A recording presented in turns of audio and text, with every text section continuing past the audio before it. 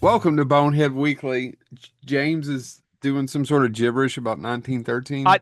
I happen to have some old books, and this is they were made Oh, to where you put must. them in your pocket so you could remember what you need to do. Don'ts And so for there's husbands. this is don't for husbands. There was a don't for wives. I own them both. I use them when I teach about gender. Um, but let's just look. So this is just one to carry with you. Don't sneer at your wife's cookery or her bridge playing or singing or, in fact, at anything she does. If you do, you may rise in animosity you cannot easily allay. Advice from I 1913. don't even Don't know. for I can't husbands. even say LA. LA, LA, LA, You LA. know why? Because you have to put the O in front of Yeah, it the because it's O. O delay. And we Oh, have officially LA. delayed this far enough. What are we doing this week? We are doing part two of what? Our top 10 favorite movies. Well, and Mm, not to rehash it all, gracious. but again, this is the episode that is the hardest for us to do. I Yeah. would rather just spend my time talking about malaria and We talked about deep-seated malaria angst. before. Yeah, but it was in a fun way. I mean, deep-seated malaria, like that type that, a lot of people that got malaria actually never fully recovered, and they would have spells where it would kind of resurge. And I He's had a having a spell. And I don't one know of about you all, but when in the week since we recorded the first one, I've looked at my list and I've changed it about five or six more times. No, which I is just which think is hard three or four. because we already committed to five and we can't go back and undo I those. know. Yeah. Um, Because yeah. I had one there and I'm like, oh no, I forgot about this. And then I added that and I'm like, oh no, but I forgot about this. And then I had to weigh all these I think options. I'm trying to remember which one I left off on. I think it was You Fellowship. want me to? I can name the ones you did because I conveniently kept a Sure. list Oh yeah, no, it's for here. the thing. Fellowship of the Okay. Yes, you did. It just says, all right, let's do a quick recap for the Sure. folks. So, and again, Joe and I made the point. These are not in order. These are These just are when we not had to do my it. top 10, like 10 to 1 order. These are movies Yeah. that I love. But now the top five are really, really, really important to me. So, Hmm. last week I talked about As Good as It Gets, Arsenic and Old Lace, Seventh Seal, Deer Hunter, and Raiders of the Lost Ark. Joe went Hell of with, a and these are Friday afternoon. what? It's a hell of a Friday afternoon. I know what we're watching. And Joe, by the way, went with, and these are not in the order he probably even said them. They're just the way I jotted them down. F is for Fake, Evil Dead 2, RoboCop, Empire Strikes Back, and Fellowship of the Ring. God, that sounds like a really good day. But Chad, hold on, again, those are oh, fairly those are fairly popcorny. Yours, except for F for fake. Yours is less popcorny. I'm sorry, I didn't mean to interrupt. you don't like to sit down and watch Deer Hunter and just have a big buttery popcorn and be like, look at that man, his life's over. I All right. have That is, put that's the ruination of an every entire time Deer community. Hunter's available to Mickey stream on Mouse. one of my streaming services, I add it to my list. And I can't think of something to watch it, I always look at it and I go, I can't Not today. Not find today, something. Satan. There's a Now, I mean, football on my desk. yeah. So, and Chad's again, this may not be in the order you said them, Chad, because I literally just jotted them down at the end. Uh, Django Unchained, the D is silent. Maltese Fountain, I know. Big Trouble in Little China, Evil Dead 2, and Sunset Boulevard. There we go. That was each of our recap of what we did last week. Now we're going to do our final five in our top 10. Again, as Joe and I said, not in order because you can't ask us to do that. We would have an easier time. I will say this, I had a hard time putting them in order too, but I committed. Okay. All You right. deserve to be committed. You do. Can I go first? Sure. All Is right. anybody going to stop you? You could, but I'll just fix it in post. Yeah, I was saying, So, he controls the edit. If we make him angry, all of a sudden our list is Care Bears the movie. just all of a sudden It'll you got all the old John Carpenter interviews. Look who we got this week, kids. Now, I'm going to mention we're not done this, but can I mention I'm not saying I won't mention the other two. Okay. But at a certain age, oh, it's driving me crazy not to mention the other two. But at a certain age, I fell in love with really great actors and dialogue. and a It, stripper named Tammy. One it, of these worked out, the other Why is didn't. my video? Why did anybody notice my camera got a little Katy Perry fireworks music video there for a second? Is it because I said a stripper named, what did I say her name? Yeah, I Tammy. don't. Tammy. Her name was Tammy. She changed her name to Lola. We all know this. And then Lola became Johnny, and that's when we fell in love. Now, I LOLA Lola. I love great dialogue. I've had people give me shit about because, and I need to go back and watch Gilmore Girls because the lady that created Gilmore Girls also created the Marvelous Mrs. Maisel, which I just love. If you have great writing, I could just sit there and listen to it, especially when it's someone like Tarantino who casts all these great actors who can just sing such wonderful dialogue. And there's three movies that are tonally different. Some with an American cast, some with a British cast, some with a combination of both. All written, one based on both, two based on a stage play, but all written by fantastic writers, performed so well. And I had to go with one, and it's the one I found late. And a few years ago, I was texting Chad and James, and Chad was like, "You okay?" And he probably didn't even remember this. I remember this, and I was watching Billy Wilder's The Apartment, and I thought to myself, I will never, ever, ever be this talented. I won't. No matter what I I do, no matter how hard I try, no matter what. Watch the movie. Watch it. Yeah, no, you're by the way, you're not alone in that. I mean, actually, a lot of the movies we talk about, I watch and be like, no, I'll I never. I couldn't know, pull it and I'm off. not taking anything away from RoboCop or Evil Dead 2. I couldn't make those either, and I don't regret. They are lovely to me. They have given me so much. But The Apartment is a movie that is pitch perfect in every scene in every way. Fred McMurray, who we all remember, well, people of a certain age remember as the sweet old dad, plays one of the biggest assholes who's just trying to get his rocks Oh, off he with is a so scummy. He's so scummy and doesn't play it overly scummy, right? No, There's not a false note in that he movie. didn't deserve to drive the love bug.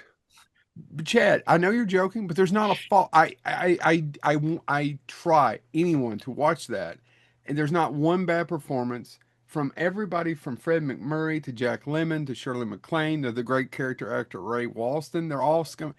And if you've never seen it, it's Shirley MacLaine is like a counter. No, she's the elevator girl. And Jack Lemmon has a crush on her, but he loans out his apartment to move up in business to guys in the city in New York who use it to hook up with the girls at work Cheat and on their around the wives, yeah. city. And that's what he does. And that's the reason people like him and he gets promoted for it. Because Jack Lemmon's not really a great person in the movie either. He kind of Mm-mm. has a turn to where he tries to do the right thing at the end, but he's not for three-quarters of it. Most of the people aren't, and Shirley MacLaine knows what she's doing. Watch the movie if you've never seen The Apartment. I know there's several Billy Wilder. We've already talked about Sunset Boulevard on here. Chad picked Sunset Boulevard, and I wanted to mention that I was going to go with this one. He's not wrong. Sunset Boulevard is amazing. The Apartment to me is pitch perfect filmmaking, acting, writing, And and see, I feel unfortunately, I put it at five. I don't agree. I don't argue with you about the apartment, but I have stronger feelings about that way about Sunset Boulevard than I do the apartment. But I love the apartment as well. Yeah. All right. Who's next? I'll Jed, I went last. So, are you having a firework? see what I'm talking about. Do you have a ghost? I think it's one of those there Meteor Man ghosts. I don't got anything. I have no Oh, idea what Meteor I can. Man with Bill Cosby. Who? You know, Bill Cosby, No, say America's it dad. again. America's dad. Remember that cover of TV Guide that said the problem was the Simpsons? That didn't age well. Chad. Mm-mm. So this one this is the one I kept changing over and over again. Couldn't figure out what movie I wanted to put here. And then I looked at my list and I'm like, oh my God, how did I leave this person out? And I had to put him here because he's one of my favorite people of all time. So I had to put Young Frankenstein in my list.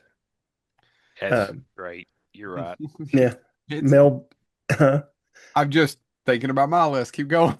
yeah, Mel Brooks, Gene Wilder, Marty Feldman, uh, Madeline Kahn, and Terry Garr. I mean, they just pulled that movie off perfectly. And these guys both know that for the longest time, when people ask me what my favorite Mel Brooks film was, I would say Silent Movie. I truly love Silent Movie. It has a special place in my heart. but I had to pick Young Frankenstein because I always go back and watch Young Frankenstein over and over and over again, more than Blazing Saddles, more than Spaceballs. It's my go-to Mel Brooks film. And then also I had to put it on the list for an extra special reason in that both my daughters watched it with me and were mesmerized. And they don't watch black and white movies.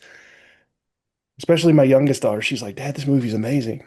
And it made me smile. So all those elements made Mel Brooks's Young Frankenstein very special to me. And I had to put it on my list. And when I realized that I didn't have a Mel Brooks movie on my list, I was stunned. So I took out several really good films to just so I could put Mel Brooks in there. Don't you worry, son. I got a pick, and it was always on my list. And by the way, James, do you find it funny that he was like, "Oh my God, this is amazing." Folks, if you're out there in the entertainment world and you're listening to us or watching us right now, his youngest, I won't say her name, also said that thing about the family snuff film that they watched. Her tastes are just varied. Oddly enough, by the And way, why he invited us over for tea and crumpets, I didn't even know what the hell a crumpet was. And then we're watching there. It's kind of like that Family Guy episode. Shh, shh, Lois, shh. I don't know, watching her like uh listen to like smile every time Marty Feldman came on the screen just made me It's happy. hard not to smile at Marty Feldman. Yeah. it's one of my favorite behind the scenes interviews where they talked to Mel Brooks about casting, and he said, "I can remember talking to Gene Wilder, and Marty Feldman came up, and he said, 'Oh, that'd be great if all everything works out.'" And Mel Brooks, without missing a beat, goes, "Yeah, Gene. And if he gets mad at us, all we have to do is stand right in front of him." Yep. And I love the stories of them two writing the movie and them getting just really angry at one another. Because that's Um, what happens. mhm. Because everybody has a strong opinion. I can't help it that you people don't see my genius. No, and that's a phenomenal pick. And I was going to say, you're absolutely right. That is at least an annual watch. My kids watch it every Halloween, if not more often than not. And it's got lines that I quote constantly, especially this time of year. Werewolf, they're wolf, they're Catholic. Castle. Why All are you right, talking like James. that? Thought you wanted to. Um, I'm going to kick it off with I ended on Raiders of the Lost Ark because, again, not in order. I'm going to kick it off with another obvious 80s choice for me that if I pull some stuff off my shelf around me, it's going to be obvious. But it's Back to the Future. I mean, it's hard. I assumed you would get there. Yeah. It's Back to the Future. Back to the Future has, and actually, to be honest, the older I get, the more it means to me. Because the older I get, the more I think about, the original inspiration for the movie was if I met my father when he was in high school, would I even like him? Or would he like me? More and more, by the way, I realize my dad No, never I don't wanted to think like you and me. your dad would have got along. I don't No, think my no. I there's no way in hell me or my dad would have got along. Same here. And so I think it's fascinating. And I think it's such a great premise also, though, that, I mean, yeah, some of it's dated. Some of it is, matter of fact, actually, I think Marcus Theaters, which owns Movie Tavern, I can't go to the showing they're doing on October 30th, which is before we're film or before after this will probably release This will come after. out after Halloween, yes. But they're giving away like if you pre-order your ticket, you get a Pepsi free mug or Pepsi free glass. And I'm like, 480s kids are in line for that already. I would Uh, love to have one. I want one too, and I'll probably end up having an eBay one. But it's my son's birthday, so I can't go. Anyway, Son of a bitch has one every year. I know. Really You inconvenient. made the same joke I did, except like he keeps going, hey dad, Thursday's my birthday. Are we doing that again this year, son? Didn't we? Well, every We year, just every did year, that last year. every year. Anyway, but Back to the Future does have a special place. Hey, I'm a science fiction nerd. I love time travel stories. I love all of that from the Time Machine. I read H.G. Wells' Time Machine. I think when I was in third grade, it blew my mind. So I just love the entire idea of time travel. And then you get from time travel into split universes. And Back to the Future has all that stuff in it, right? Where he changes one thing and all. And yes, I'll be the first to admit, Joe said it, but it is absolutely true. That first movie is totally 80s. His better future is all about consumerism and he owns the It truck that he is, but it's a wants and all that. perfect screenplay. Yeah, and I think that's it. And I'm talking about the first one, but obviously I love all of them. I actually even love the cartoon. But the first movie works out so well, and it is so well cast. And I saw recently Michael J. Fox said after 40 years he met Eric Stoltz, and they had this great conversation. They got along really well. and they basically both said, "Hey, it worked out the way it was supposed to work out." But it's also, I think, There's perfectly four cast. reasons why Sorry, somebody sent Um, me. It's something that clicked off. I apologize. it's perfectly cast too. I don't Yeah, think I don't think you could like. I'll be honest. It is noticeable. I know they got somebody that looks a lot like him, and they did makeup. But the second one not having Crispin Glover no, it shows, doesn't work. all of that stuff it is a perfectly cast movie. Everybody hits every note I want them to hit. So Back to the Future, I would not be who I am and have the nerd interest that I have if I had not seen Back to the Future as a kid, and as an adult and last week. Is when I go back I to it. It's just another watched it one a of those couple things. weeks. We watched all three of them 2 or 3 weeks ago. My kid Yeah. loves them. He loves them Oh, all yeah. more than I do. Except James has that constant complaint of why didn't they cast Frank Sinatra as Doc Brown? We have No, to hear it no, all the time. I don't. Obviously, Chad, you've misunderstood. I said, and no offense meant, the actor that does it is perfect, but obviously, Biff Tannen was written to be Frank Sinatra. No, not at all true. But yeah, no, I'm not going to pull my stuff down. But I have Funko Pops from a couple movies, and the ones my kids always get me because they know, regardless, I'm going to like him, is Indiana Jones and Back to the Future. If they see one I do not have, it ends up on my shelf behind me, and that's just the way it is. All right, Chad. It's you next.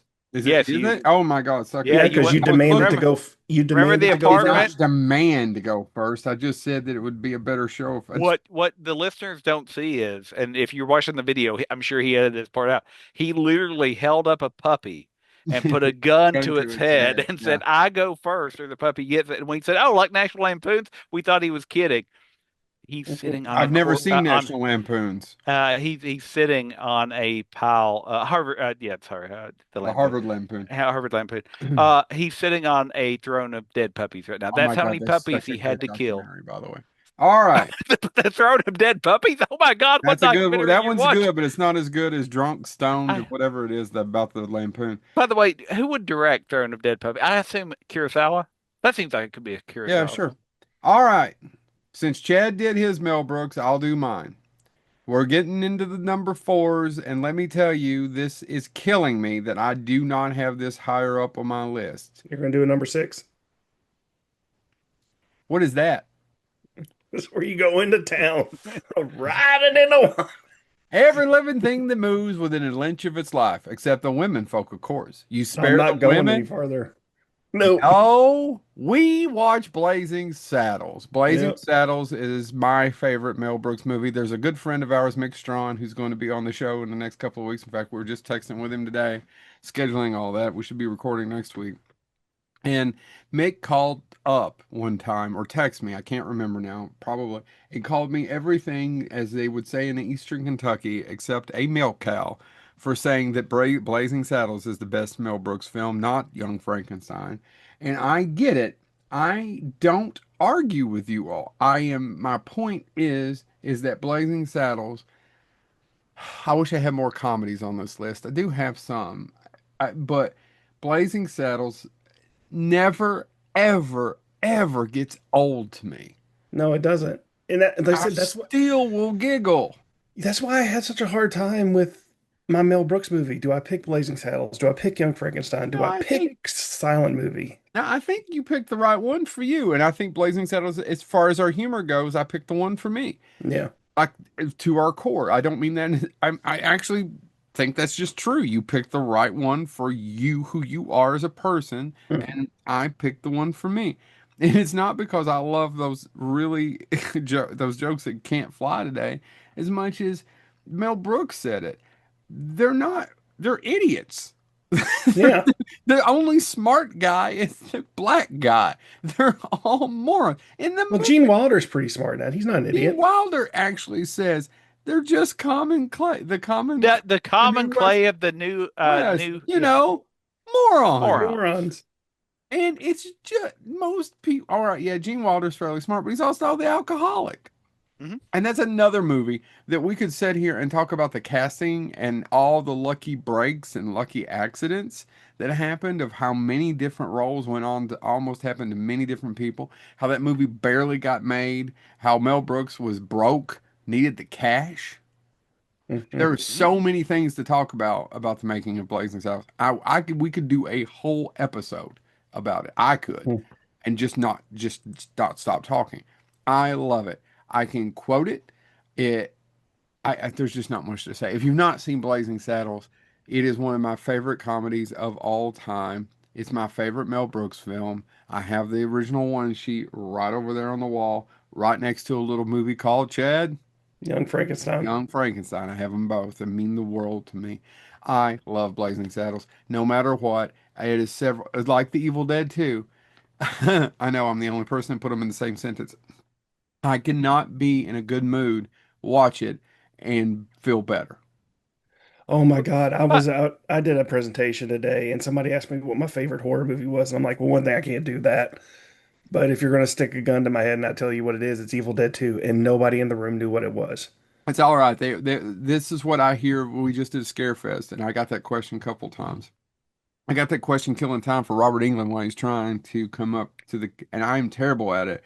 And when people start screaming The Conjuring, and I'm not shitting on The Conjuring, but when people I start, will. It sucks. I like the first Conjuring, but as the sequels are unwatchable. But when people start screaming that to you, it means they don't really have a lot of film history, right?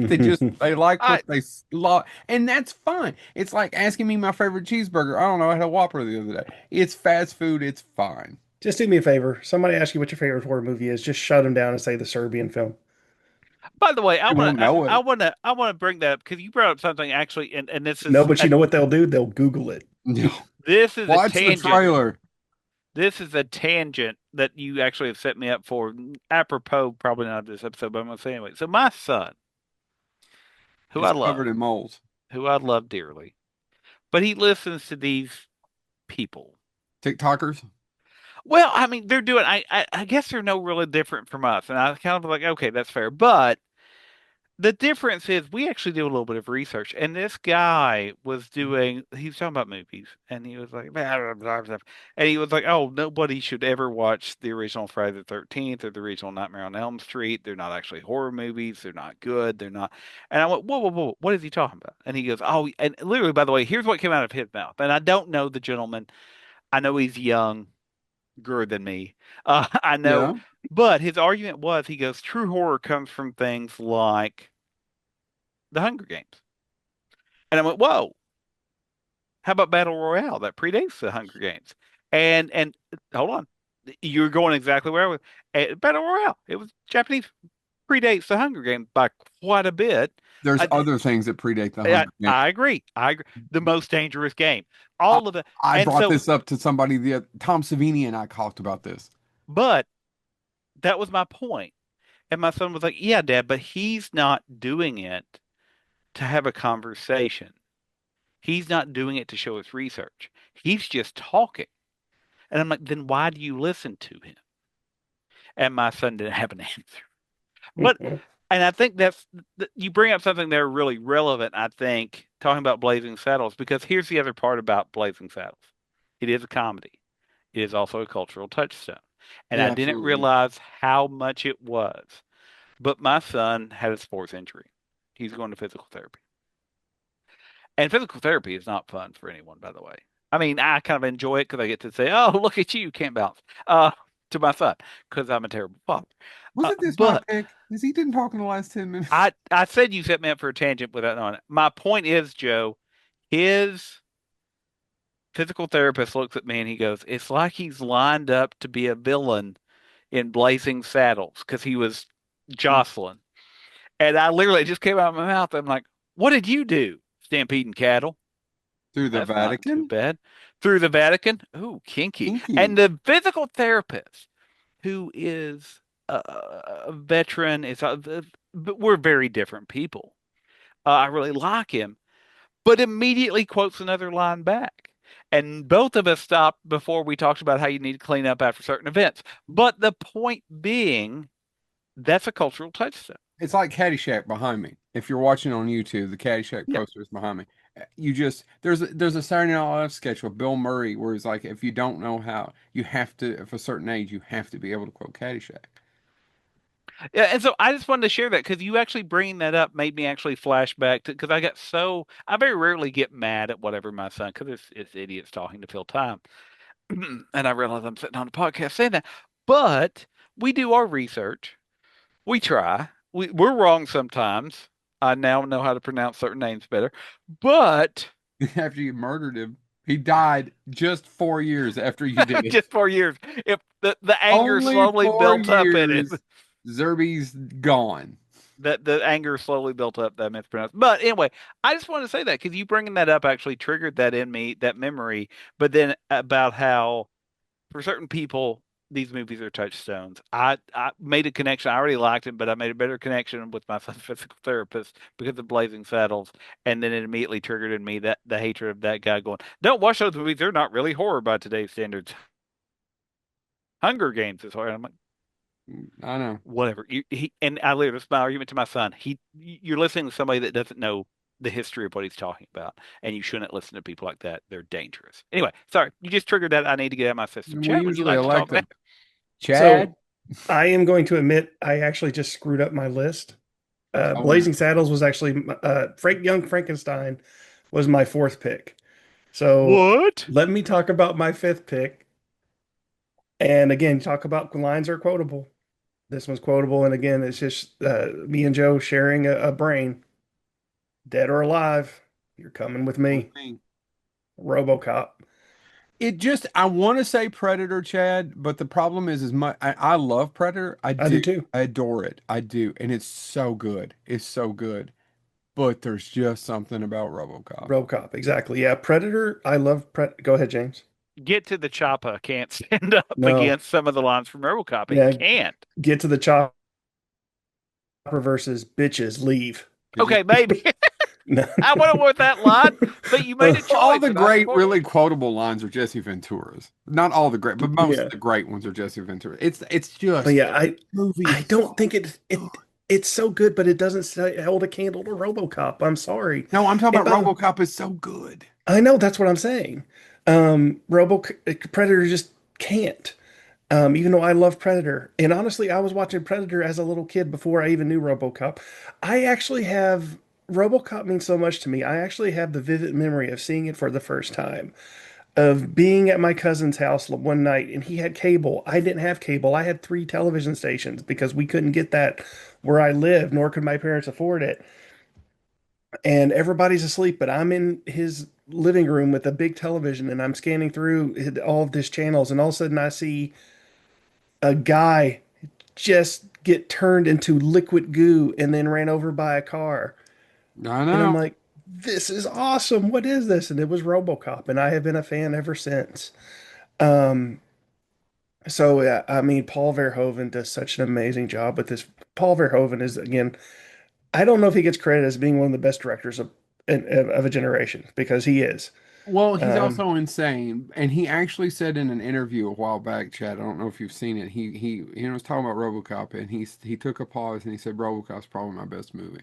And you got to remember this is the same guy, and I'm not. I know, but gave you Basic Instinct, Starship Troopers. Those are just Total Recall. films. Total Recall, and you don't even talk about his Dutch films like The Yeah, Fourth Man, Spetters. The Fourth Man was a huge hit over, and but I'm I'm trying. just I'm trying to RoboCop. remember the one where they're in the castle with Rutger Hauer. Blood and Stone or Blood and Flesh and Stones, Blood? Flesh and Blood, Flesh Yeah, and Flesh and Blood. Yeah, they're all great. But yeah, RoboCop, man, I couldn't talk enough about RoboCop, so I'm gonna stop. James, James. Are you I'm going to gonna do go another tangent? probably. I mean, do you know? Have we met? No. Um, I'm gonna go with one that is gonna get the other two to roll their eyes, and I don't care. Much like I don't care what Family Guy says about it, nor anybody else. It is a movie that just makes me happy, and I can go back to time and time again. And the director of it, I argue, has a few misses, but hasn't doesn't have a huge background. But actually found myself going, yeah, I like most of what he's done too, which is rare for me. Usually I can nitpick people. And it's not that these are perfect, don't get me wrong, You going to say it? but I love The Rocketeer. I James, I will love not make fun of you for Rocketeer. I love I Rocketeer. I don't love like it, but I don't like it like you all do. I would have never thought it would have been in your top 10. I wouldn't have think it'd been top 10 either. that movie to me. There had been other, like, obviously that got made because of Batman, Well, of Right. course, yeah. but that movie to me was what later would become Spider-Man. And I was already a Spider-Man fan in the fan of the comics, but I rewatched that movie now, and Billy Campbell, not to be confused with Bruce, as Cliff Secord is perfect. And no, it's not exactly like the comic where his girlfriend's Betty Page. But but Is it though him? if Jennifer Connelly would have played that, I would have made it Oh, work. I It would would have. rather be married to Jennifer Connelly than Betty Page. Uh, Well, girlfriend. but the Rocketeer, the entire scene where he tries to reveal to her that he's the Rocket, I'm the Rocketeer, the Rocket who. It Mhm. it's got a former Bond as a villain, Timothy Dalton. By the way, Timothy Dalton playing villains deserves more credit. See Oh yeah, appropriate Simon Pegg movie. Um, and again, does. Joe Johnston as a director, again, he actually does such a great thing with period pieces. He did the Captain America: The First Avenger, which actually I enjoy, but actually I hold up the Rocketeer and say, what a blast! I mean, you have a It's guy really with a fun. rocket pack fighting Nazis, and as Mhm. I've talked about in several other things, if you make Nazis the villain, see Raiders of the Lost Ark, and see my Mhm. comment about how much I enjoy Sisu, uh, that's great. I mean, because I'm not going to feel for him. Well, There's you not. just can't go wrong with having a Nazi as a villain. Yeah, yeah. And so I would argue actually, and this is just about the Rocketeer. I love the Rocketeer though, and so that is my pick. But Joe Johnston also did a lot of the Adventures of Young Indiana Jones. He directed a few of those as well. He did the first Jumanji. I actually enjoyed especially the period work that he did on the Wolfman. It's not a great movie, but the I agree things with like the that. candle and stuff like that are perfect. We're just not going to talk about Jurassic Park 3, which I despise with a passion unrivaled. I, But, ooh, but, other than that, but the Rocketeer is still my go-to for that. It is just enjoyable. I don't have to think about it. I love the fact that you know, he's heroic without ever being a hero in some ways. I mean, he is a hero, but he's making it up as he goes along. And I think that's, by the way, a theme that if you look at most of my picks, there's a certain theme where a lot of the characters in my picks are just whether they're playing chess with death or whether they're, just trying to make it through their day, they're making it up as they go along. And I evidently that's my theme, I guess, in movies that I love. I love The Rocketeer. All right, me Yep. yeah, if you're next.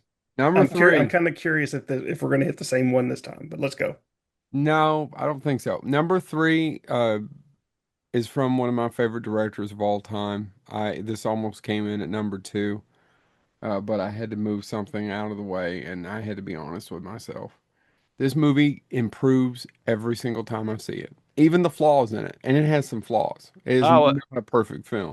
I wondered where Emmanuel in Space would fall on your list. Well, listen, Kristen Allen is a treasure. Krista Krista Allen. Allen is a national treasure. She Okay, really is. she really is. Would love to get her, meet her at a show or get her She to. does soap operas now.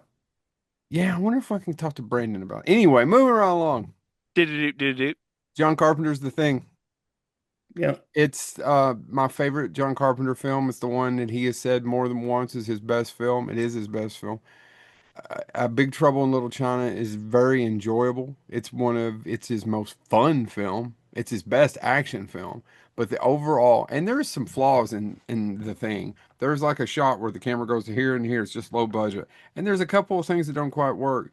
Tom Savini the other day said something on stage that it shouldn't be called John Carpenter's The Thing. It should be called Rob Bottin's The Thing because of the special effects. I understand where he's coming from, specifically him being Tom Savini and a special effects wizard himself. It, it's does it help? Does it make the movie memorable? Absolutely. But what we forget is none of that shit would work if there wasn't every single one of those fantastic, great character actors in that movie. Mhm. right? And again, Wilford Brimley saying it ain't gonna work. It ain't gonna work. And that screenplay was absolutely pitch perfect. The direction, it just all works. And it's moody and it's slow at times. And then but when it kicks in, can you imagine seeing that movie in the summer of 82? We've talked about that when we did our 82 and not knowing what you're getting just because Mhm. the ad campaign sucked. All the other Mhm. things sucked and the movie did not do well. But walking in going, well, this ever going to get anywhere? Well, this is kind of interesting. Is this going to, holy shit! Yeah. I watched that happen with my daughter. What the hell was that? Did that Hmm. stomach just open? And the effects are great, but it's the mood, it's the performances. It's just, it's not a perfect movie. I get it, but it has been ripped off so many times.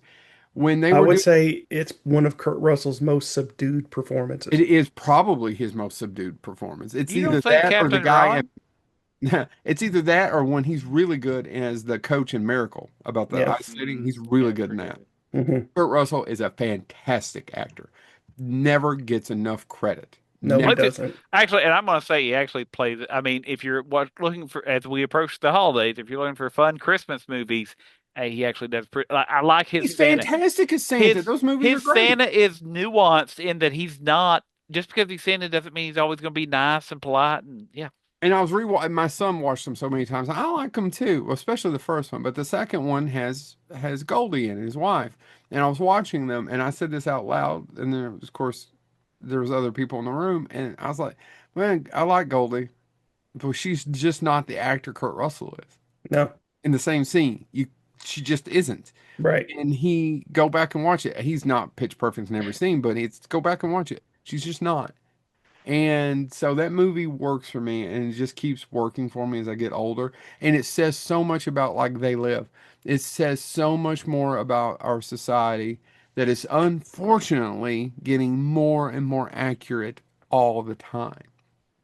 Mhm. and there are people who listen to the show, or at least used to. I hope they still do. Who actually they share memes because some of them, I follow and they follow me. Where it's like it's the world is becoming the end of the thing. Yeah. That what's the line? It's cold and nobody trusts it. That cold, And nobody trusts anybody. What we did yeah, is we've lived through They Live, and we've become to the end of the thing and the Mouth of Madness, or Prince of Darkness, which he used to call those three movies his Apocalypse trilogy because they don't end well. It's a bummer ending. I could sit here and talk about the thing for a while. I'll be quiet now. It's not, I want to preface it with it is not a perfect movie. There's flaws throughout it. However, it's just one of those things I can just watch. So, to Chad. Yeah, it's me. I'm going to save some space for you two gentlemen. But my number three, again, it is truly a special place in my heart since I was at least 6 years old, maybe five. Ray, when someone asks you if you're a god, You say yes, I gotta go with Ghostbusters. It's in my top three. number three Huh? and number three. I had a hard time with, again, this is where I would have to say it's in no particular order because it depends on what mood I'm in and what's my number one movie. But Ghostbusters is always there at the top. When a movie, Ghostbusters, I would say, is one of the reasons I love movies. Yes. It's what got me into movies. It's what got me into science fiction. It's what got me into comedies. I mean, there isn't a bad spot in that movie. It's not a, once again, it's like the thing. It's not a perfect movie, No, yeah, no, it's not. But but they're so, I don't know. Bill Murray said that that first 45 minutes is some of the best comedy of all time, and he's not wrong. mm-mm, He's not wrong. he's not. First 45 minutes, and not knocking the last 40, but he's right that putting the business together, doing all the just schlub stuff is the best. Yes, he's and wrong. again, I don't want to take anything away from Ivan Reitman, but it's the cast. I mean, there is no one cast wrongly in this film. Everybody does an amazing performance. Even the mayor, for God's sakes, David Margulies. Margulies just Um, passed. Yeah, oh, he did. I didn't notice. I didn't see that. James killed him. And I'm so glad Dan Aykroyd let people improve on his script because it would not have been what we got. But I mean, the movie led to the cartoon series, which is again one of the staples of my entire life. Watch it. I still watch it to this day. Yeah, Ghostbusters, guys. I'll let you, James, go ahead. It's funny that you bring up Dan Aykroyd because my number three would be another script that he wrote. The Blues Brothers. Jake and Elwood are phenomenal, They are. I Mhm. showed it to my phenomenal kid. characters. Phenomenal, phenomenal, yeah, phenomenal. And I watched the edit for TV version so much as a kid, and I loved the Blues Brothers as a kid. I was always, I knew I would never be Jake.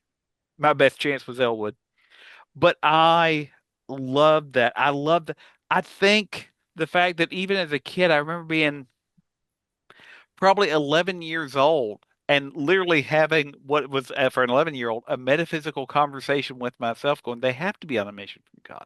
The car holds up until the end, and once they Only accomplish you their would mission be from having that. God, Yeah. the car falls apart.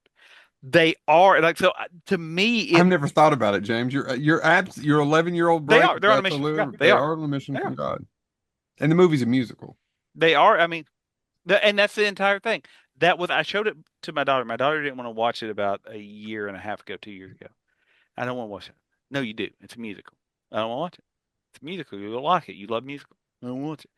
I'm putting it in. You can leave the room if you don't. Sit there as soon as it started.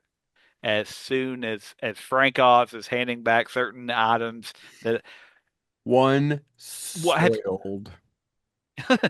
it has watched it now several times. It and probably Rocky Horror Picture Show are the gifts that I've given to my musical loving daughter that she's like, okay, I didn't want to watch it and you were right. I That's mean, every beautiful. time when Ray Charles gets on the screen to perform, same thing with Aretha Franklin. It just sucks you in. Well, and it is one of those things too where it comes across that they were having fun. Like Yeah. everybody was having fun, but at the same time, it also I actually do love blues music. I listen to blues quite a bit. I listen to all types of music, but blues is and it introduced me to a lot of people that now I've went back and I discovered B.B. King and John Hooker and all these people because of the Blues Brothers. Because I love that movie so much that I can remember going, well, I want to learn the blues. I want to learn, I want to get a harmonica. I want to be John Popper eventually. No, that didn't happen. I I, just love that movie and the fact that that movie does what it does and that it holds records for or held records for car crashes for a long, long time. I didn't see. I was fans of all these artists before Blues Brothers, and to be honest with you, I didn't know some of them were in there. So, for example, like I love soul music. I love that. That's probably my favorite genre. And then to see Aretha Franklin, Ray Charles, who I'd loved since I was a kid, and then Cab Calloway Yeah, as Cab Calloway. Curtis. Oh my Yeah. gosh, and even James Brown is in it. I mean, Oh yeah, yeah. the musical talent in this movie is phenomenal. Well, and actually, you bring up an interesting point because it's the Blues Brothers, but it touches on gospel, it touches on soul. Hmm. I mean, James Brown plays the Reverend Cleophas James. It is just so much fun. And again, keeping with my theme of movies that I love, who are some of the villains, Chad? Nazis. I hate Illinois Nazis. I quote that to my kids all the time.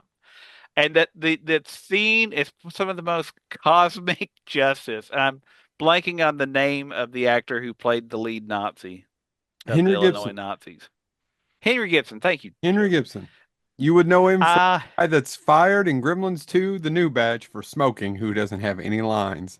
Also, the guy who tries to escape prison in switchy channels. Also, the guy that is the next door neighbor, head of the Clappets or whatever from the Burbs. Oh, damn it. That yes, was you're absolutely right. That's actually what I was saying. The Burbs, and I couldn't remember the Burbs for some reason. I just love the scene. I was watching it with my kids, and I'm like, I forget how weird and also funny Mr. Wormwood from Inner Space. the Which are all scene. directed by Joe Dante. They, You're welcome, This Internet. the scene where they're getting ready to die as they're playing. And by the way, the entire history of how much permission they had to get to actually drop that car is watch a documentary about the Blues Brothers that they pulled off stuff they shouldn't have. but where they're dropping the car, and the guy next to him just looks over and goes, "I've always loved you, sir." Yeah. Can I? You're It- forgetting one bit of trivia.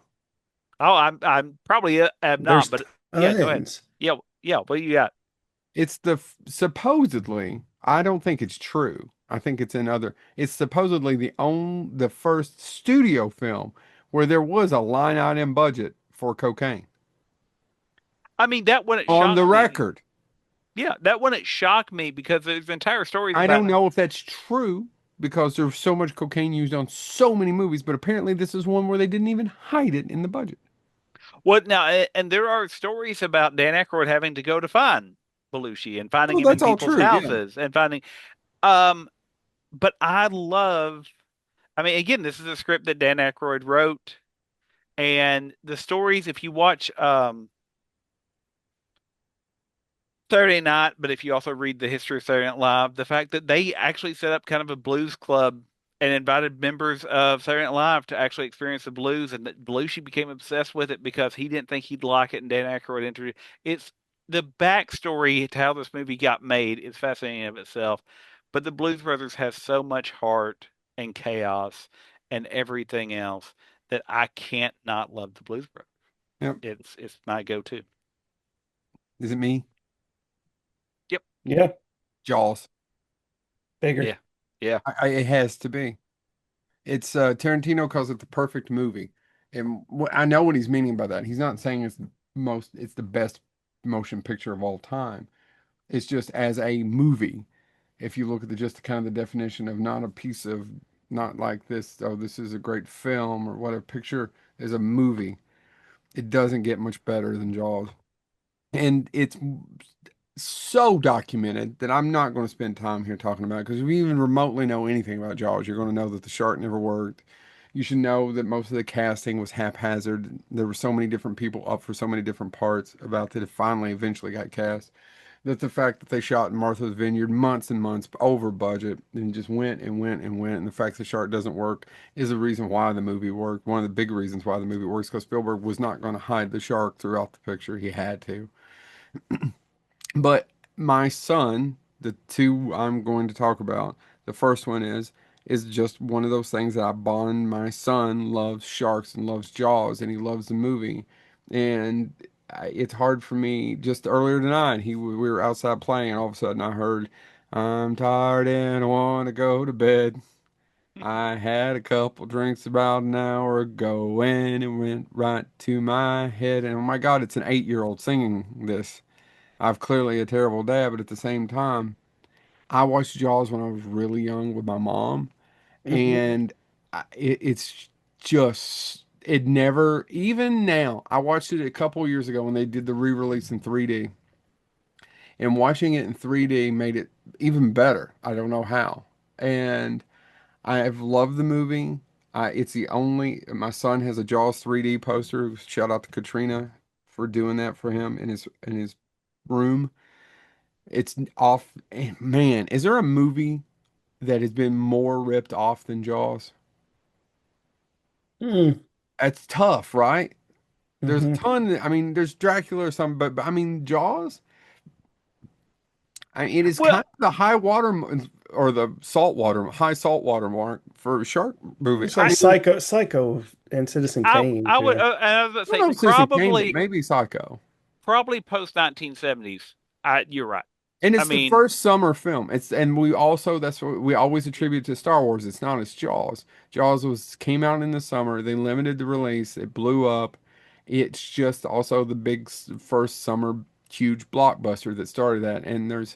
And for better or for worse, Star Wars made it worse, and it just kept steamrolling summer movies as we went to where we're past it now. Now we're just I don't know what the hell we live in, the streaming thing. It's hard for me to pick a movie other than Jaws to be my number. It's sad that Jaws came in at number two, and man, I fought about the thing in Jaws, but it has to be Jaws. So for me, again, with Ghostbusters, why I didn't get higher up is for these two movies. They mean too much to me. Um, so most people know I'm a huge Tim Burton fan. Have been since Batman. Oh, I'm sorry, have been since Beetlejuice. Um, but there is one Tim Burton film that I think is one of his two most perfect films ever. But also too, it has the way the story's told it means a lot to me. I gotta go with Ed Wood. Yeah, it's his best movie.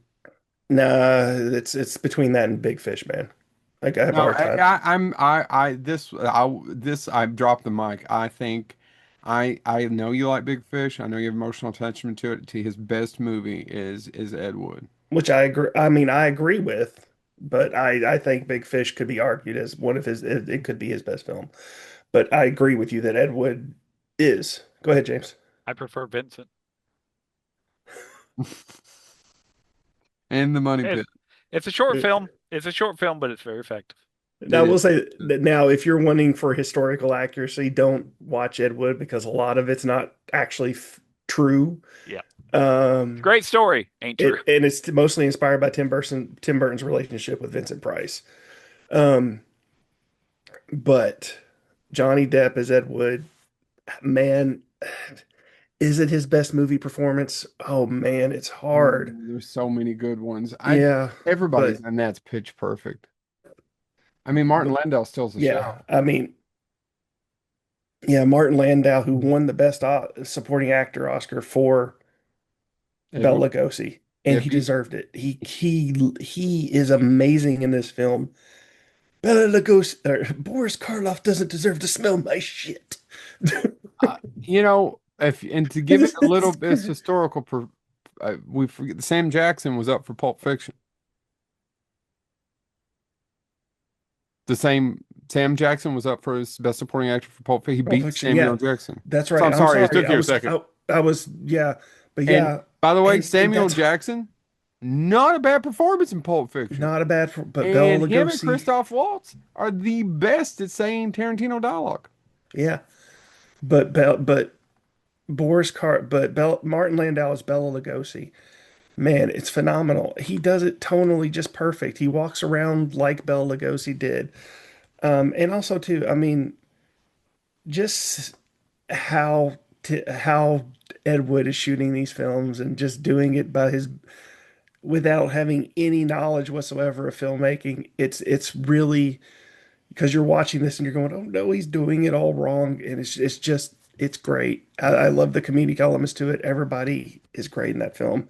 But again, Ed Wood, ever since I saw it in high school in 1994, it changed for me for movies. I'm just like, I don't think it gets better than this.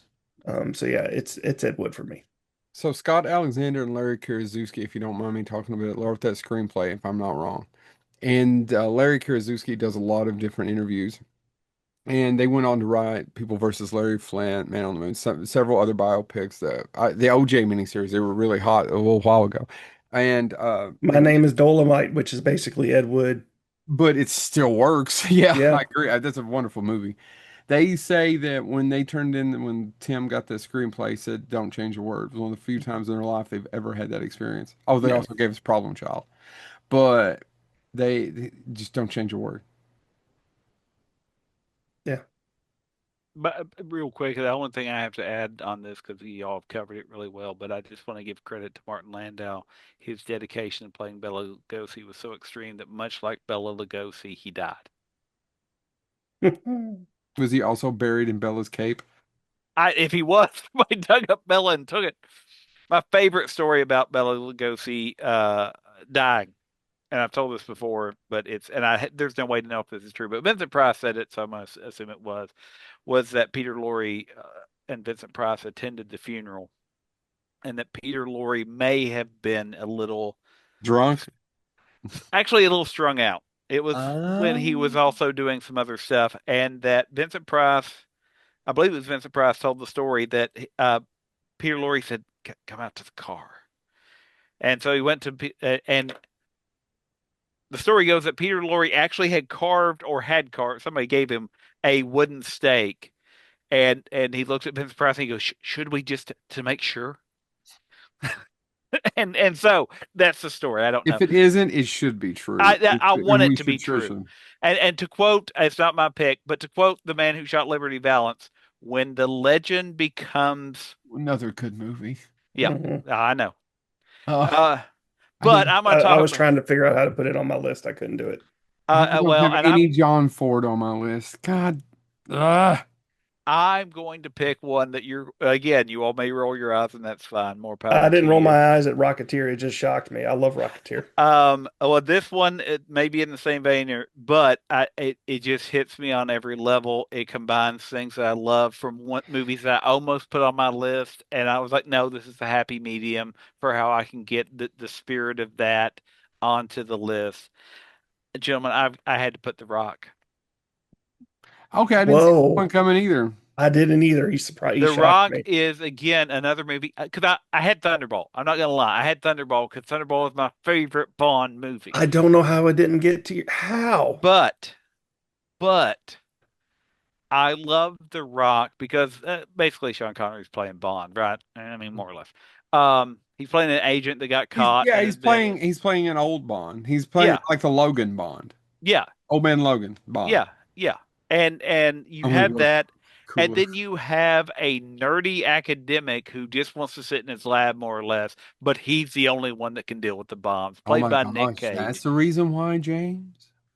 Played by Nick Cage. Plus, it has some of the most. Again, I've said this before on our show, but if for some reason this is the first episode you're tuning into, I love the fact that it's got a Criterion Collection release, It's a and that good movie. But it's by no means it is Michael Bay's best film. well, and Roger Ebert Yeah. is the one that wrote the intro. If you own Criterion Edition, they come with a nice little booklet, and he wrote the booklet, and he said people said, "Well, I can't believe the Criterion is doing a release of The Rock." And the reason he agreed to write it is if you like modern action films, you will not find one that hits the classic beats but yet somehow reinvents them as much as The Rock does. And he's right. It works. Yeah, no, there's not a ton of stuff that you're going to be like, well, there's no parallel to that. Of course there is. It's an action movie. I came to watch people, but there are also so many over the top quotable one liners in that movie because, Joe, what do losers do? Losers whine about. Hold on, you want me doing my Yeah. bad Sean Yeah, Connery? go ahead. Losers will whine about their best. Winners. Do you want me to do the rest of it? Yeah, go ahead. Go home and fuck the prom queen. Carla was the prom queen. Well, No.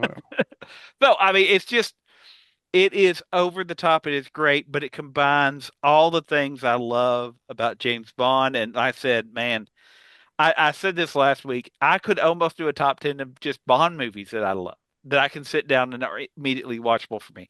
Now, there's a bunch of those movies, so that may not be too hard. There's some that aren't great, though. But yeah, Thunderball was on my list. Matter of fact, this is my list. If you zoom in, in that flash I showed it, you'll notice that I marked Thunderball out and wrote in The Rock. And it's because, as much as I love Thunderball, man, if The Rock's on, I watch it. And as I said last week when we started this, I ended up putting movies that if they're on, I stop and watch them. It's also got a And really good cast. oh man, Tony Todd's in that. Michael Bean's in that. Michael Bean. Oh, why am I blanking on Ed? Colm Cole Meaney's in it, Cole Meany. Yeah, yeah. isn't he?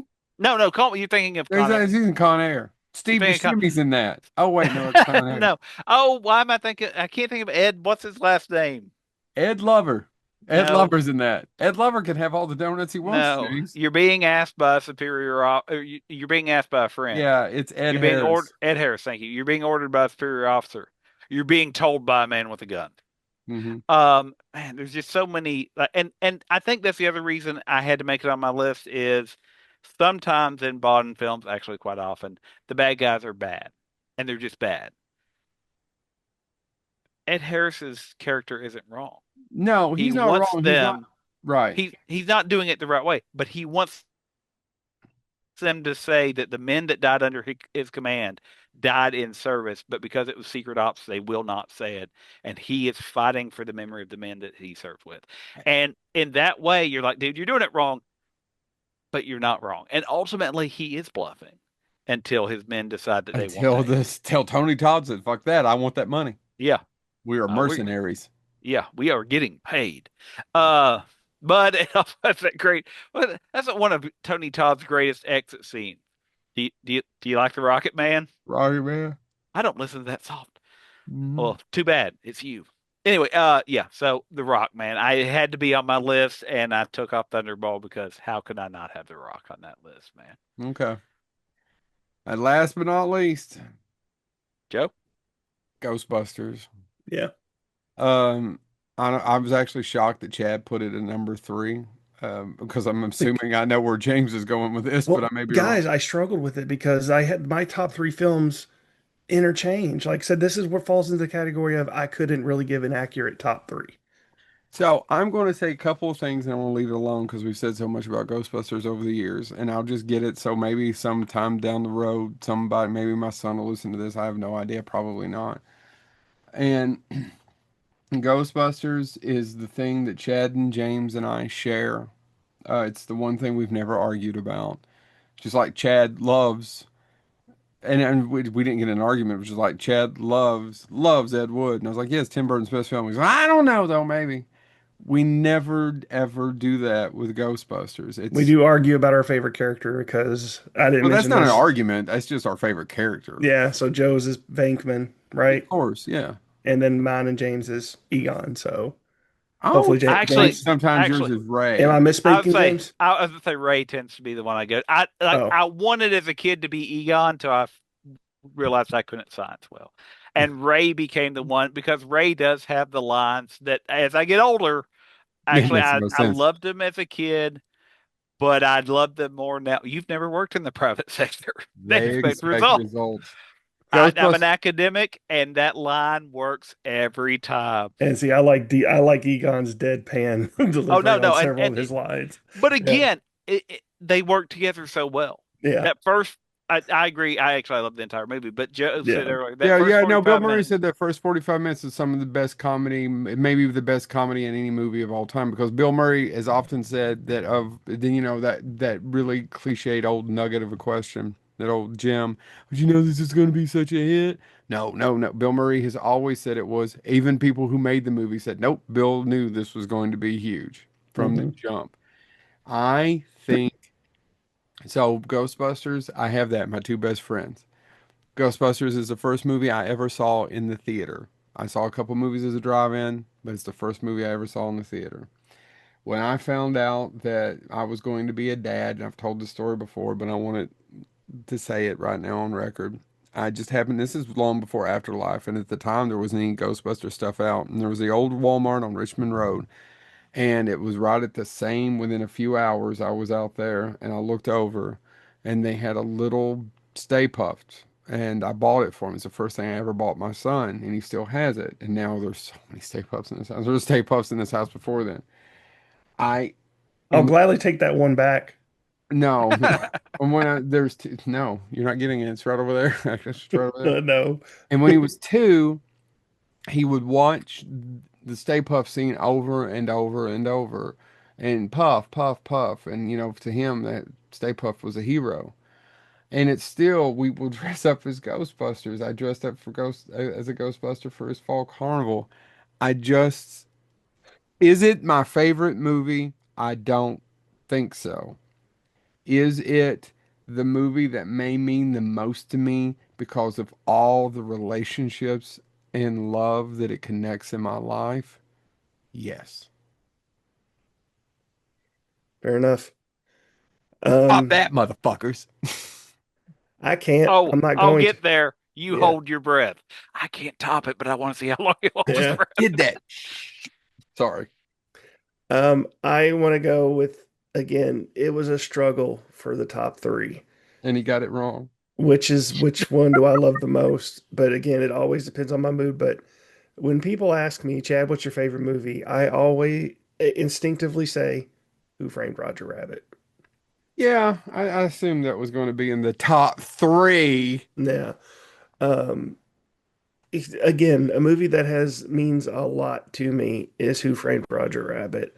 Um, it combines my two favorite things, animation and crime noir.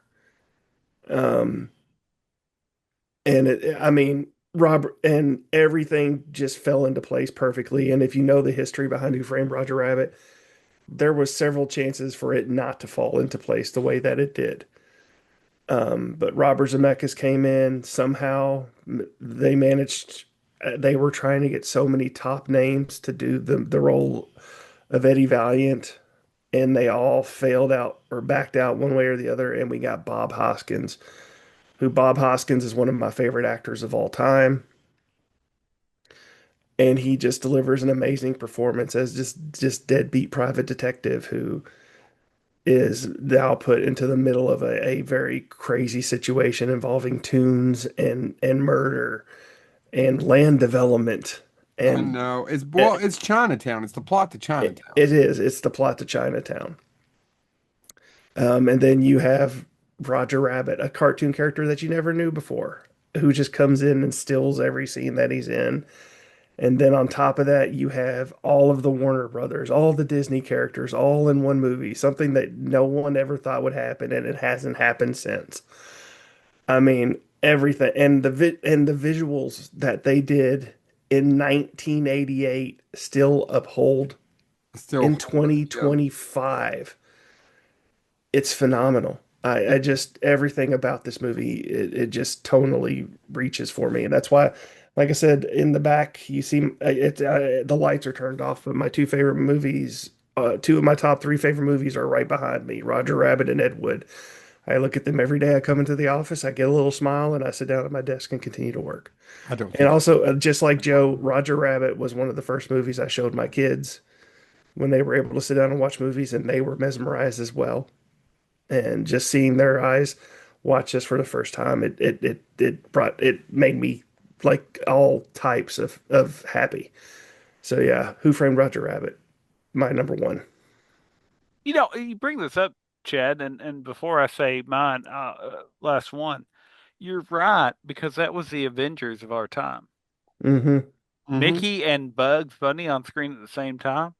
Yeah, yeah, well, it unheard of. Donald Be and and Daffy and Betty doing Boop. dual.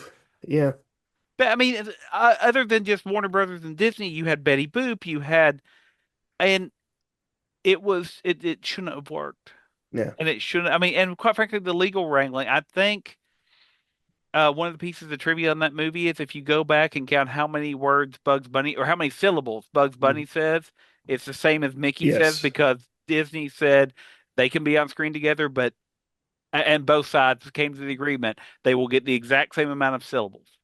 same thing with Donald and Daffy. Yep. Yeah, they had to every character. You couldn't prioritize Disney over Warner Brothers or vice versa.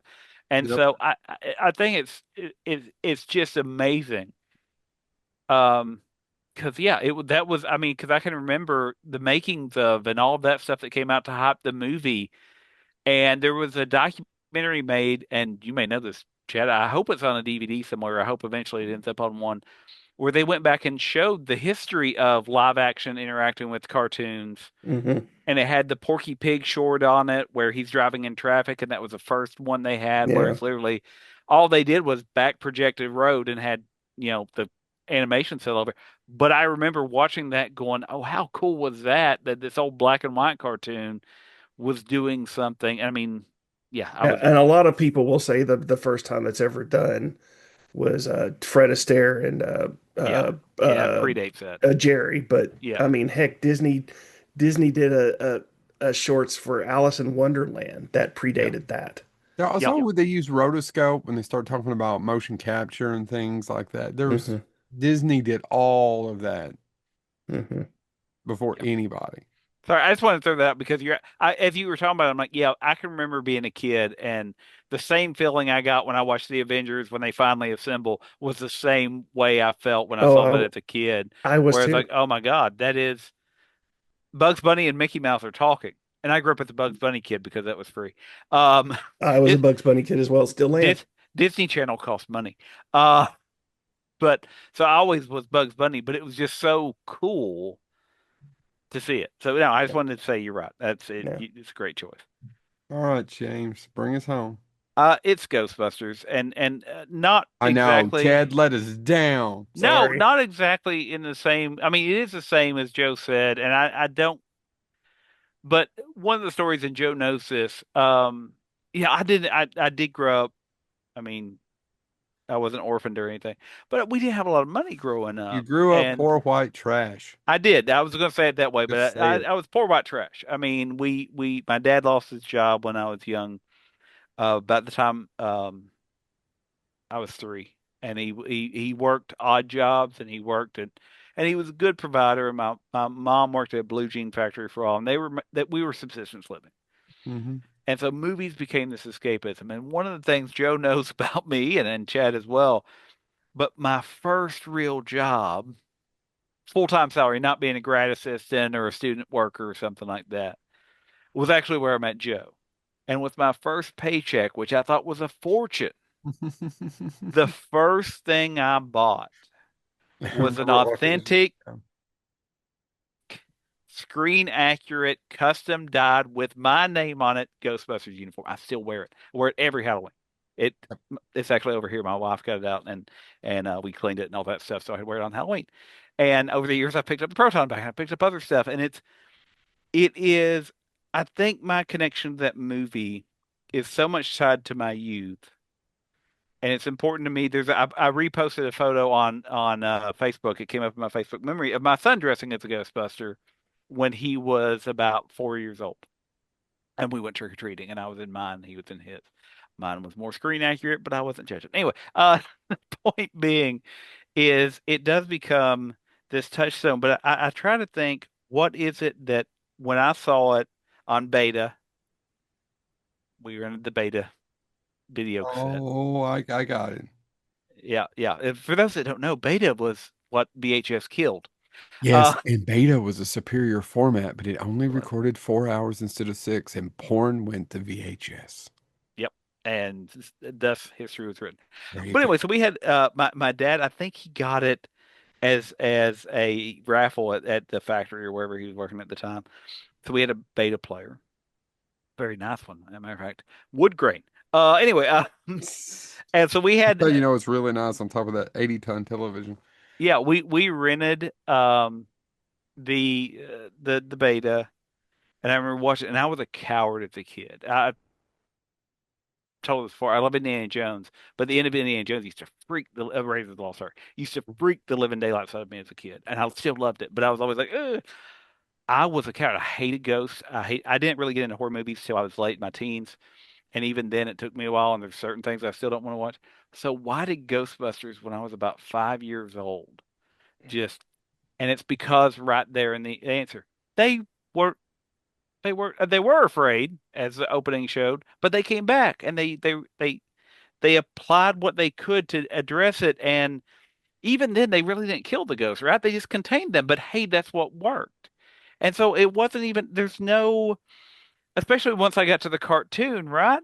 Actually, the inside of that containment unit doesn't seem that bad. They're hanging out together in there. It's fine. They're having a good time in the Nether Realm or whatever It's of a the. void. Yeah, but they make it their own, Chad. They're talking to one another. I've seen the episodes where they go in there and they're, floating around. It's fine. Um, The cartoon is good though. We haven't Mm. talked enough about the cartoon, but it is good. and so I think that's why, I mean, it was the first time that I saw what to me at the time would have been a spooky movie, It's good. and I was easily scared. Where they're doing it, and there's a sense of brotherhood and family, and yeah, they mock one another pretty often. Yeah, take it, you've earned it. Anyway, there's all of that, but at the same time, they come out as heroes. Everything kind of ends up back where it was. I mean, even the nice lady who paid us before she was turned into a dog eventually, gets better. All of that worked out well, and so that was actually probably the gateway to me eventually being able to become a horror movie fan, even at that young of an age, because it showed that okay, yeah, there could be things out there, but it would be okay. And so yeah, I've introduced it to my kids, and again, that's at least, I won't even say an annual watch. We probably watch it 2 or 3 times a year. Oh, at Uh, least. Um, and that's just me watching with my kids. I put it on anytime. Yeah, often. And so I think that's the other side. Matter of fact, I came in the other day and my daughter had watched the first one and was putting in the second one. I was like, I'm sorry, I watched it without you. You're allowed to watch Ghostbusters without me. Then I you just smacked her one. no, I just cut her from the wheel. Anyway, the point being, it's so I think that's why it's so relevant to me. It is a touchstone, and then I think as I get older, as I think about certain things that I love, that I'm like, okay, yeah, but it's fiction. I think the Ghostbusters, and I know the Ghostbusters are fiction, but echoing what Joe said, I see the way it brings people together, and the fact that as Dan Aykroyd posted online, he was helping doing some fun. There's networks of Ghostbusters, the Western Kentucky Ghostbusters Yep. being a local one here, that do so much good for children in the hospital, and they do so much good. And man, if a movie can do that from 1984 and still get people, you go to a horror movie convention, you go to a comic book convention, you go to a science fiction convention, odds are there's going to be one or two people in a Ghostbuster costume of some form or another. And it's bringing people together from 1984. I 100% agree. And what I would say It's is it. that just like the 501st, there's so much Yeah. good that's bringing about. But what I would say that's different between Ghostbusters and any other fandom, when people cosplay as a Ghostbuster, they 9 times out of 10 do not put Vinkman. They do not put Spangler. They do not put Stantz. They do not put Zedmore on that uniform. They put their last Yeah. name. And that is the accepted way to do it. And I can't think of another fandom that does that. No, no, I mean, and it's I like, have Lewis on mine. yep, mine is Is right. Thomas, and Yours it is will Thomas. always be. And then Yeah. eventually Chad's going to stop being a dick and get one for him. And we'll all be able to walk out and nerd together Except the way Chad will get God intended. except Chad will get the Ghostbusters 2 one just so we won't all match. Actually, I have a black one too, so I know. yeah. I actually was looking at him and I'm like, do I need? I need the original one. That's the one I haven't bought. I bought the black one just because I wanted my kid had a black. Well, he has both. Yeah. Well, God, what a nerd. Yeah, I need the grayish one. I saw Chad and I almost bought it and because I was like, oh, You I, mean the I can get khaki him. one? Um, The No, original. isn't the Ghostbusters 2, is it black? Because I thought it was more of a grayish tint. I think it's more black, but it may be dark gray. I don't know. I just want well, to. now the black is from Frozen Empire, right? Because Frozen that's the Empire, development Hmm. team, the engineering team. the engineers. Um, by the way, Chad, I just want to point out, I saw the other while back. It's been probably 2 years ago now. They did make an adult, real Ghostbusters Egon costume that came with the like it was styrofoam hairpiece. So it Nice. had but it was the blue uniform. And I looked at it and I'm like, I don't know if I can justify it. But I almost actually was like, I'll get one for Chad. I could get one for me, and Yes, we'd be and the then only ones that would be excited. Um, Uh, that'd be but anyway. awesome. Yeah. Uh, so, gentlemen, I said I would. Oh, anything else, Joe? Before oh, I I. think we need to finish this up. We've gone a little long on this one. That's, Okay, well, I'll try to do this quickly, but there is, and this is all I'm sure built off of ChatGPT. I don't want to act like I'm doing deep psychological work, but this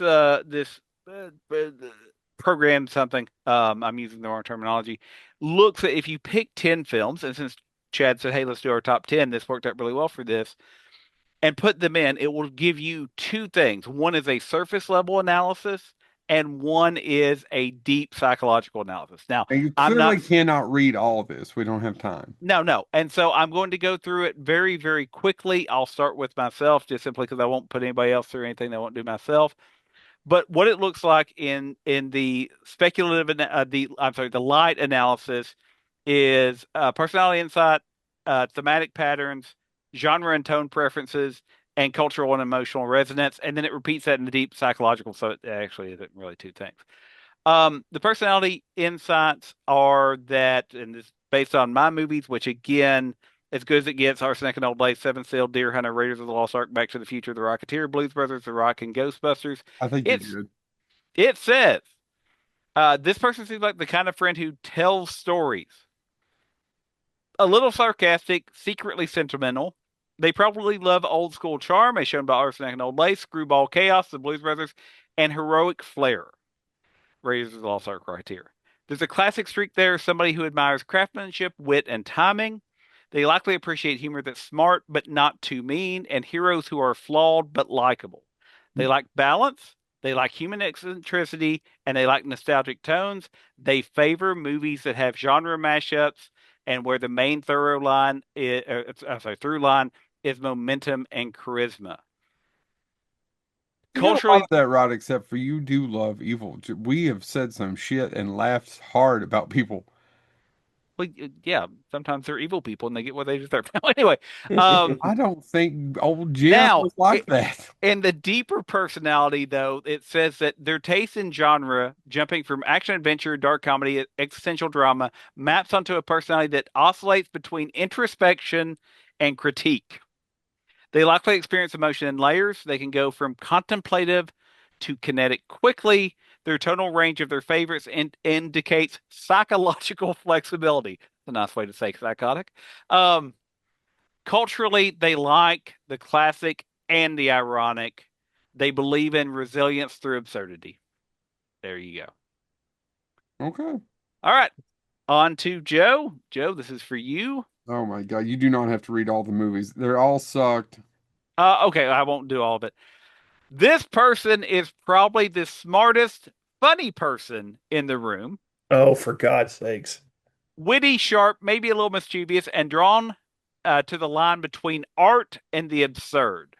They Well, that's admire not people. wrong. Okay, I'm not gonna.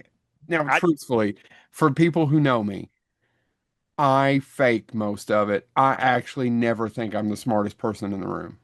Here's the next line. This works Mhm. perfectly for what you just said. They admire people who take big swings and respect filmmakers who mix intelligence with showmanship. Orson Welles, Sam Raimi, Paul Verhoeven, Billy Wilder. They might be skeptical by nature, but they're not too cynical. I'm pretty skeptical. But they're not too cynical. They can appreciate both the artifice of illusion, as shown as F is for fake, and the authentic thrill of adventure, Empire Strikes Back and Fellowship. They're clearly drawn to genre fusion, stories that mix horror, comedy, and myth in playful ways. They love movies that both celebrate and critique the media. The person lives comfortably in dark humor and controlled chaos. They appreciate flawed brilliance. Culturally, this list aligns with a worldview that is self aware but sincere, someone who loves the spectacle but distrusts its motives. They understand how culture manipulates emotion, yet they still find emotional truth in archetypal myths. Yeah, I guess it's all true. All right, now it's time to Chad. But I Chad, never think I'm the smartest person in the room. Oh, God. this person seems like a witty iconoclast, someone who loves big characters, sharp dialogue, and a touch of chaos. They probably have an encyclopedic memory for movie quotes, a taste for irony, and a soft spot for weirdos who mean well. He does have a soft spot for weirdos. Yeah. They likely appreciate clever structure and visual flair, but they don't take Yeah. art too seriously. Yeah. They I'll love agree with that. films that know their films, self aware, playful, and theatrical. Mhm. This list celebrates the outsider and the illusionist. From Sunset Boulevard to Ed Wood to Who Framed Roger Rabbit, we see a fascination with Hollywood's magic and madness. They're drawn to retro stylization, noir shadows, 80s excess, slapstick chaos. They love genre hybrids, the comedy horror, the noir fantasy, the action satire. This All this person is true. thrives on contrast. They want the grotesque with the glamorous, the violent with the funny, the bleak with the romantic. They probably have little patience for realism. They want movies that exaggerate life until truth sneaks out through the parody. I don't know that he even Culturally, needs the truth. culturally, they seem to love storytellers as misfits. Emotionally, this person identifies with the creative struggler, someone who keeps making meaning even when the world mocks or misunderstands them. Their Mhm. empathy extends toward broken dreamers and comic monsters alike. Culturally, they reject polished pretension in favor of sincerity through spectacle. In Jungian terms, they embody the magician trickster archetype, reveling in illusion to uncover hidden truths, confronting darkness with play. Beneath the parody lies compassion for imperfection, a faith that, even in a fake world, the act of creating itself is indeed real. For something that picked 10 movies at random, I must admit, gentlemen, it did a better job than I thought it would. I thought we'd Yeah. be having a lot more laughs at that, but It's as it still as it skeptical populates. here. It's still a little broad. Yeah, Well, and the whole it's thing also about doing it and the on. whole thing about me doing movie quotes. You both know I suck at movie quotes. I He, can't do he lines. loves to do them inaccurately. Well, Yeah, and by the way, that's pretty good though off of 10 movies. yeah. Yeah. It's Yeah. pretty. I No, mean, you know, I think mine was fairly accurate, except for the first part. Yeah. yeah. Well, and there's also times. I mean, there are times, as much as I hate to admit it, when you are the smartest person in the room on certain topics. So, I mean, I would say that's Rarely. fair. Yeah, but I What do you think mean, that's yeah? yeah. I mean, yeah, Yeah.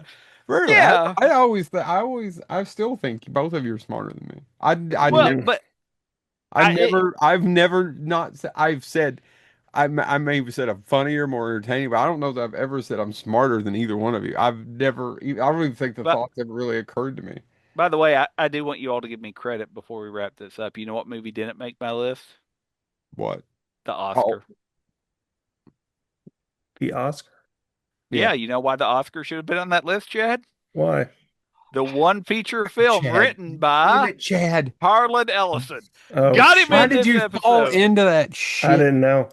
I mean, By the honestly, way, if I put that in the list and took out one of my other ones, if it would just come back going, this guy, I don't know. I'm I going to don't tell you know. real quick. Like this really was a struggle for me because I had to omit 5 movies that I love with a passion, and it killed me. I'm like, I can't What put are they? Chasing Amy, It's a good one. 12 Angry Men. Okay, so real quick, it was 12 Angry the apartment, and the only reason I gave it to the apartment was because I do think at the end of the day it's the superior. But Mhm. when I was talking about all those things, I could not make up my mind between 12 Angry Men, the apartment, and Lion and Winter. Yeah. By the way, Sorry, Chad. apropos of nothing, I don't mean to interrupt, but you both mentioned 12 Angry Men. I want to say this real quick because I'm of two minds about this, but I need to share it with you all to see what you all think. I think with my son was like, oh, we're going to go see a play at school. I said, oh, what are you going to watch? And he said, it's the 12 Jurors. And I was like, what's it about? And it's 12 Angry Men. Mhm. Yeah. And they changed the title because they were like, well, it's more than men in the Yeah. jury. God, such a good. And the Showtime remake directed by Billy Friedkin's good I too. know. It's good Oh too. yeah, yeah. But also Die Hard, Oh God, that's a good one. Long Good Friday. That's a Which good is movie, but it wouldn't make my yeah. Yeah, it's one of my favorite films. Another great Bob Hoskins performance. And as crazy as it sounds, man, The Usual Suspects. I really want to It's take just that in there. good. I mean, Yeah, I don't know if it'd good. be my top 15, but it is good. It works on me. Oh, wait. No. The not Usual Suspects. The Fish Called Wanda. I think Oh both yeah, of them no. are good, Chad. Yeah. So yeah, those were the ones. So yeah, I threw Usual Suspects out real quickly for A Fish Called Wanda. Mine were I had a hard time not trying not to get Aliens, Predator, and it was all that back to this RoboCop thing of like, nope, it's RoboCop. And then of not working in Citizen Kane, which I really do love. So I actually enjoy the movie Citizen Kane. As do I. Yeah, no. It is a great story. I Mhm. don't understand. Yeah. Yeah, and it has one huge flaw in it. Yeah. You guys ever heard this story? There was apparently somebody walked up to Orson Welles one time and said, but there's nobody in the room when he whispers to Rosebud. Oh, Heard yeah. it. And apparently, and when this would happen, Orson would just look at people and go, shh, Mhm. Which is the correct response, by the way, shut the fuck because the up. movie still works. It works. Yeah. Now it was hard. It was extremely hard because I literally was also thinking, as you all said, like African Queen may be one of my movies I go to a lot. And God, I love Katharine Hepburn. Oh, Yeah. so many, dude. And so yeah. This may be our most challenging. I didn't even episode get a we've good ever done. Western. I was so No, pissed at myself that I didn't get a good Western in there. dude, I literally Well, was I got sitting Blazing there. Saddles, but it's not. I got the Dude, I was sitting here going, "Oh, who shot Liberty? Unforgiven. The The man good who shot Liberty Valance? man who shot. I didn't even get a good John Ford. I Who? actually Who? How could I?" But the again, I went by what do I go back to? What are the ones again that if the rest had to disappear, if I had to get rid of all these movies over here around me, I agree. oh, I couldn't get Pulp Fiction in, and Pulp Fiction to me is the most influential film in the last 30 years. Hmm. oh Yeah. yeah. You can argue with me all you want, but I'm not. watched, It was. no, It I'm was. talking It about in was. general. For I know. people who can argue with me, but I want, if you lived it from the beginning of the 90s till 90, it came out in 94, I want you to look at how everything changed after 94 through 95, 96, 97, 98, all the movies that came after it. It's Pulp Fiction. Oh, dude, we wouldn't have got Boondock Saints if it You wasn't wouldn't for have Pulp got Fiction. We wouldn't have got. Scream. You wouldn't have got, I could just sit here. There and is shit. there's a story actually, and it's not a movie that a lot of people love, though. I did enjoy it largely because of the cast. But the movie 200 Cigarettes. Yeah. One of the ways, according to what I was told, according to legend, I don't know if it's true or not, but they basically the way that got sold in part was they said take Pulp Fiction, replace every gun with a cigarette, and that Mhm. rapid dialogue, and that's 200 Cigarettes, and that helped them sell that movie. Yeah. So. All right, guys, it's been a pleasure. I think Yeah. actually this is one of my more favorite ones I've done in a long If you time. like this, maybe Tell us. yeah, and if you like it, maybe put some comments in there, and maybe we could do an episode on our favorite top 10 shows, top 10 musicians. Yeah. All of those will be struggles for Top us. 10 novels or books, Cat in the Hat, whatever works. All right. Yeah. Well, if it's not a picture book, I'm the dumb bonehead. This has been Bonehead Weekly. He has to have little corks on his pop-up book so he doesn't hit himself in the eye. Oh my God, this is a fake eye. Let me pop it out for you.